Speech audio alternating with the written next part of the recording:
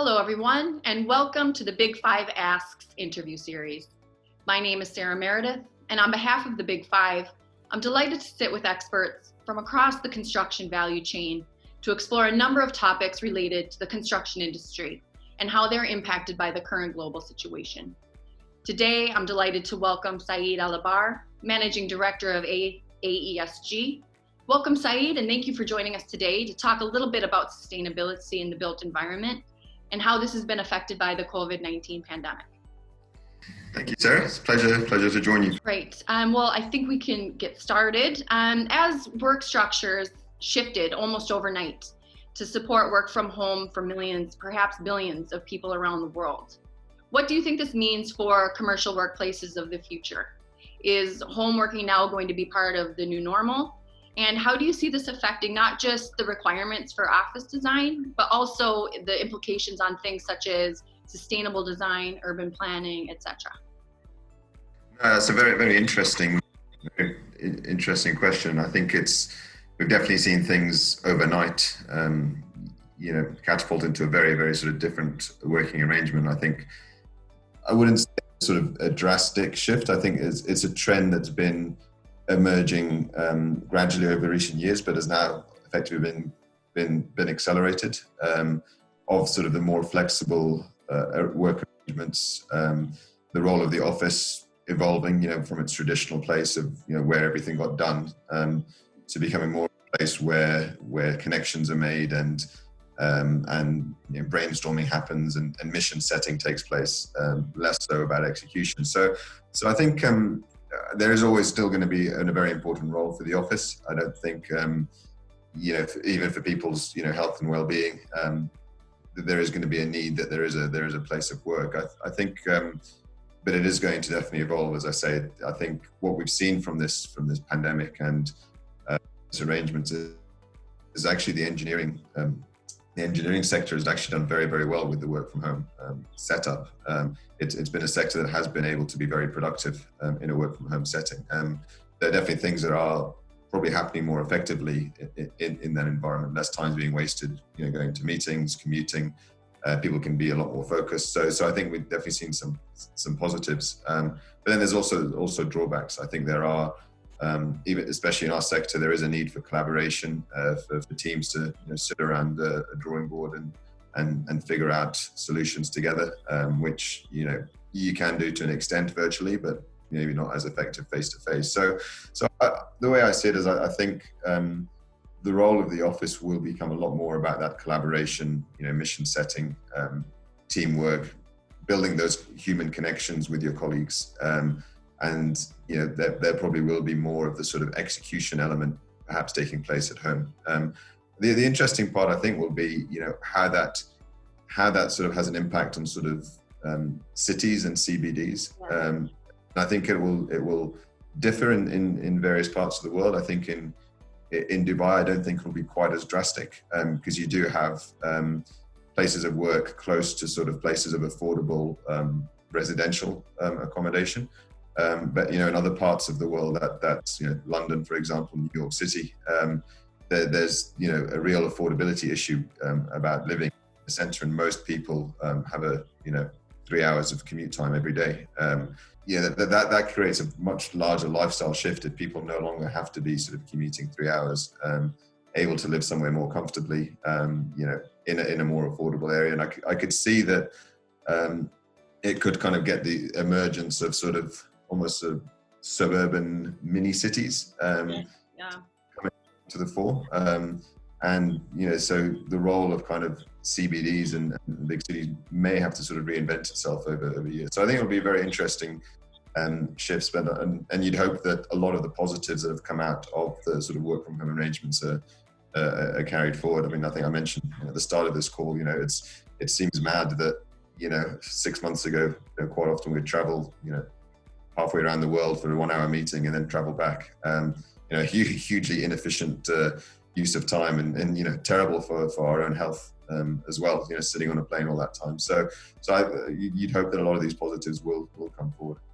Yeah, I mean, you bring up actually a really good point there around kind of this whole commuter belt, the traditional kind of commuter belt communities and how that might change and transition.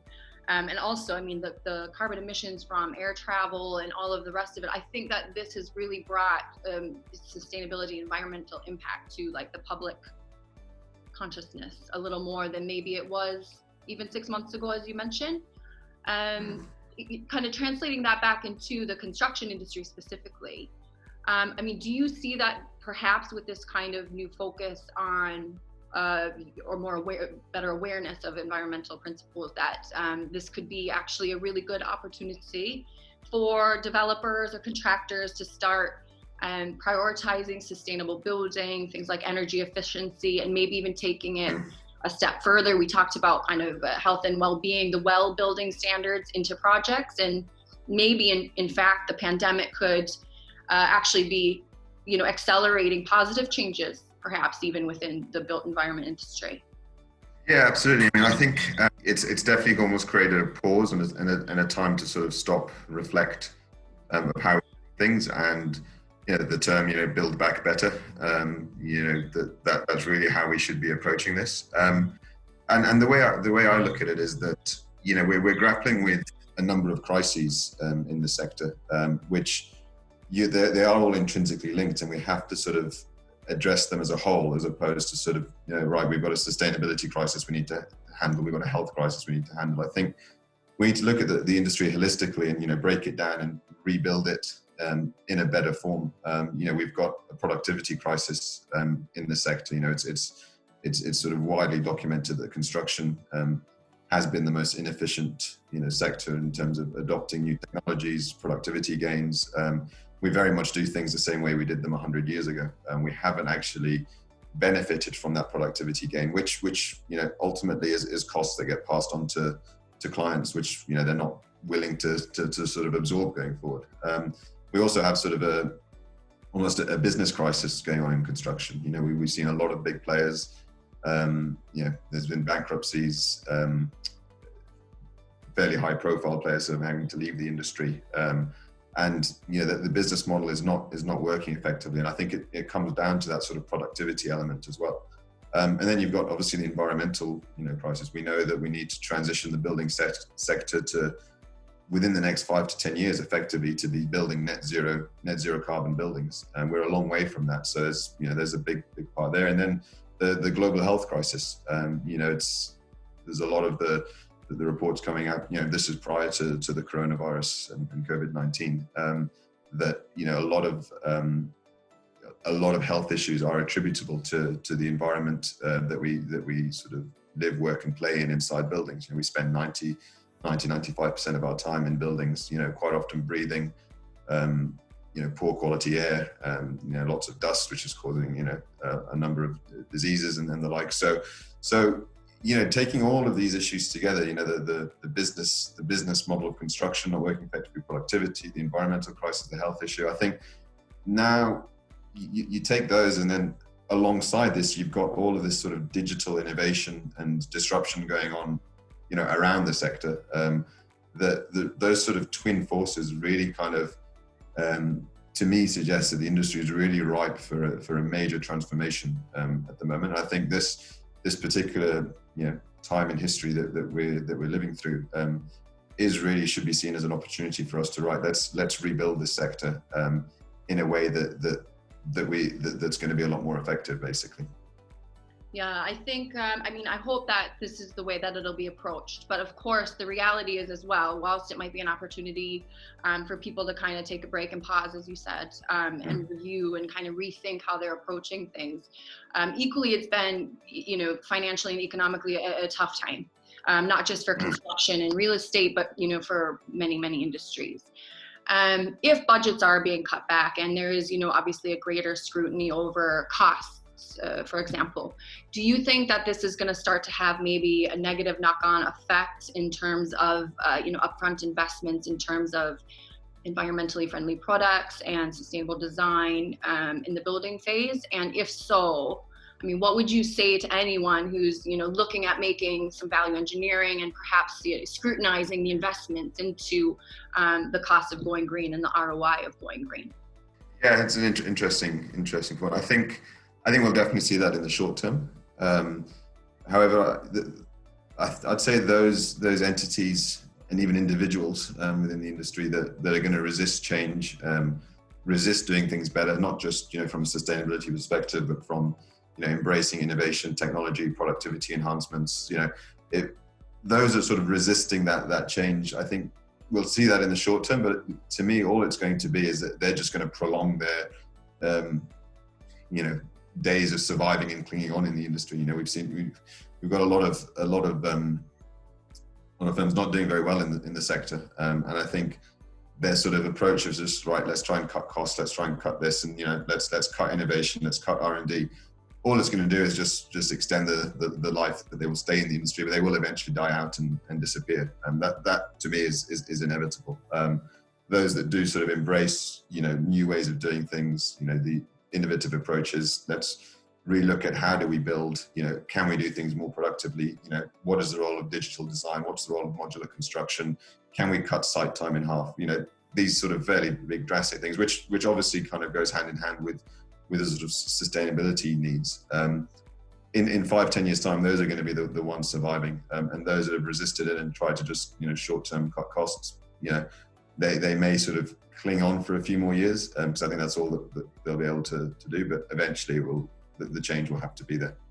Yeah, and I think I agree with you totally. And also I think that there is a lot more of an awareness around things like whole life costing, life cycle costing, that how those costs kind of end up spreading across and becoming an efficiency going forward. So is that something that your clients are taking into consideration? Is that embedded already now into the kind of client consciousness, or is it something you still push when you're speaking to clients? It depends. It depends on the client. The more sophisticated clients, definitely it's on their radar. But there's a lot of them which are not, and they are looking short-term cost cuts and the like. And I can see there are a lot of positives that we're starting to see in the industry.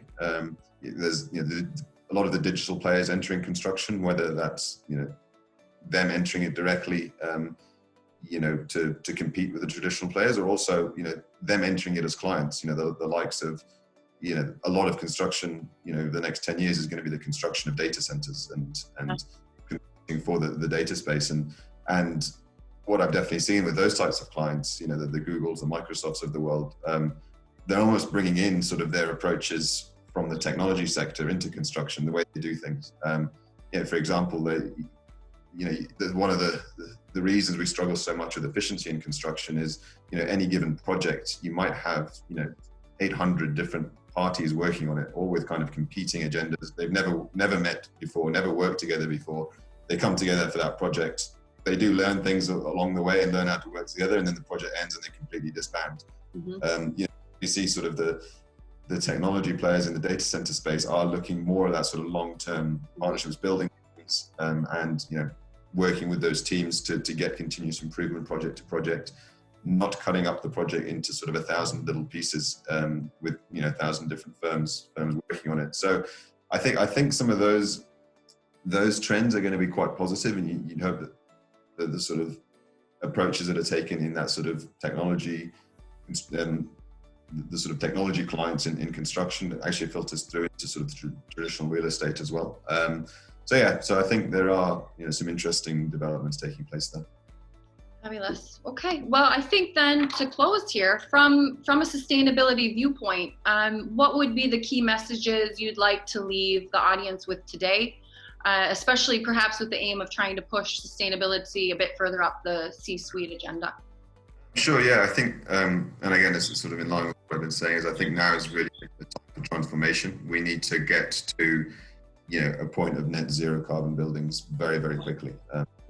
The science has told us that we can't sort of incrementally improve and sort of get a sustainability rating for this because we've used less energy or we've used less water. It really needs to get to that sort of net zero point very quickly, which needs transformative thinking. So again, that is a wave that's coming, and whether it happens in 5 years or 10 years or 15 years, it's definitely coming, and those that sort of act quickest on it now, gear themselves up for that wave, are going to be better positioned in the future. So I think that would be the key message.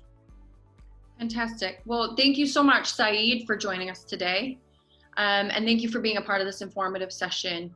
Thank you also to everyone who has tuned in, and we look forward to welcoming you to the next Big Five Asks. Thank you. Thank you. Thanks very much.